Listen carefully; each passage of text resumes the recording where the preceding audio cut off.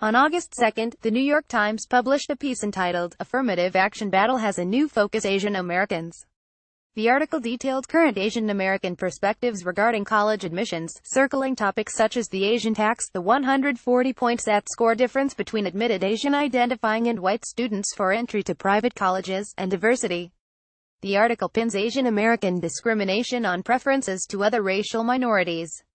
It is in response to a leaked government memo from the Justice Department on an investigation on race-based discrimination in college and university admissions at Harvard.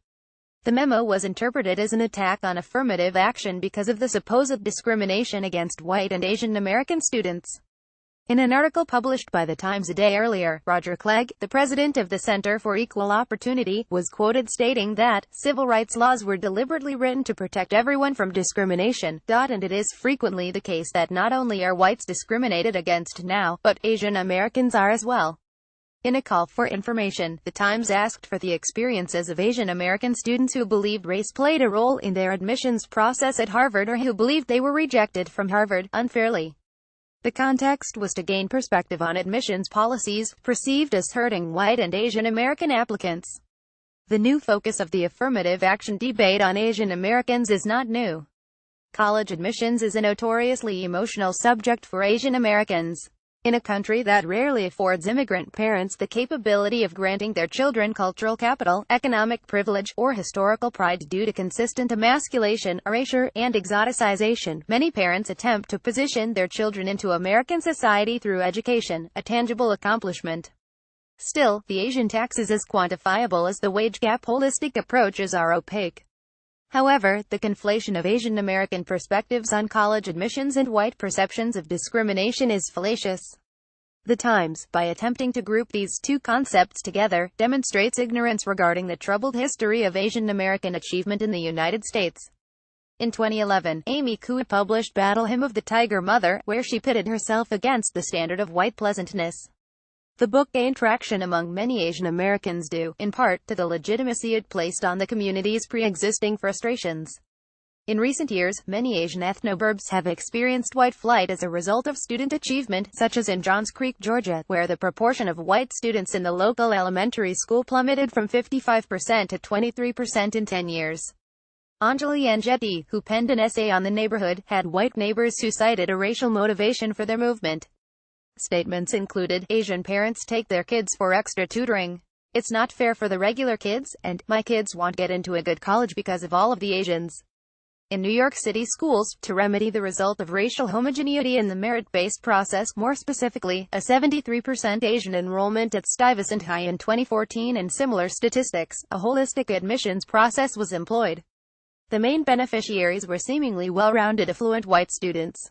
Asian American achievement is not associated with perceived white discrimination.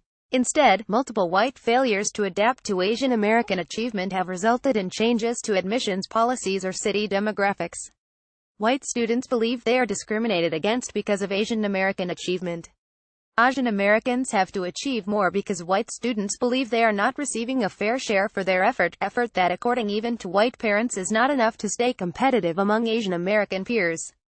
The social separation of Asian and normal read white students is more substantiated. Asian American organizations are not advocates for white students, nor do they sympathize with such cases. Abigail Fisher, a white student who went to the Supreme Court because she believed her University of Texas rejection was a form of racial discrimination, had a 3.59 GPA and a 11,801,600 SAT score.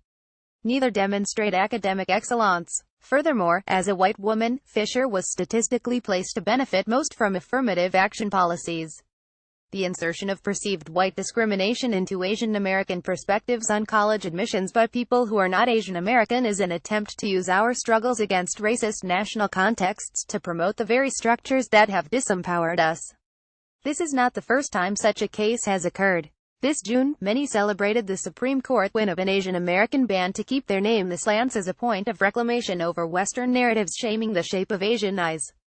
The ruling, however, can also now be used to register names such as Washington Redskins, a racial slur previously denied by the Trademark Office. Model minority status was granted as a counter to black activism.